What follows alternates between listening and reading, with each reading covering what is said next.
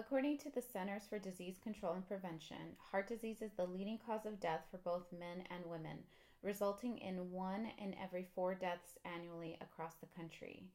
Sanchez Gomer et al. Explained that heart disease and the stroke statistics of 2016 from the American Heart Association reported over 15 million patients who are over the age of 20 experience coronary heart disease. And even though it has been stipulated that prevalence increases with age, it is estimated that approximately every 40 seconds, one person in the United States will suffer from myocardial infarction.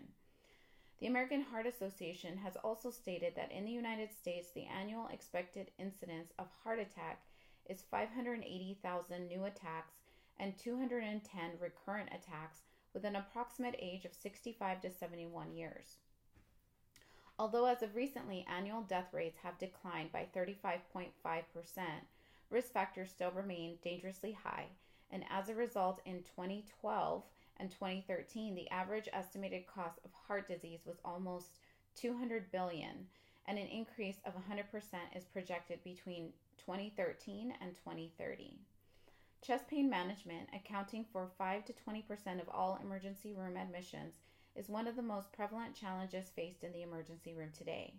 Richard et al. Stated that over 4.4 million patients each year in the United States who have presented in the emergency department do not have justification to support an acute inpatient admission.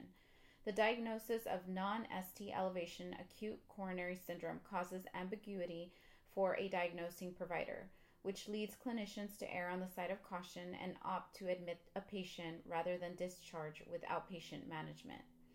Patient education is a vitally important process, especially during hospital discharge. Hunter, Nelson, and Brigham stated that education and discharge planning that case managers and healthcare teams can provide to hospitalized patients are a necessary practice that has shown to improve patient safety and improve outcomes. Upon discharge, patients face anxiety, frustration, confusion of treatment plan, a sense of abandonment from the healthcare system, and have the potential for the inability to make the hospital-to-home transition.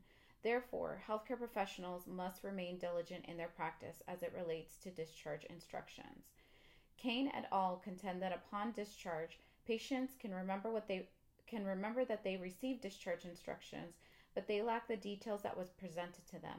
They further explain that reducing readmissions is likely to remain a challenge unless we broaden our understanding for the types of support and coaching strategies required for patients and their families.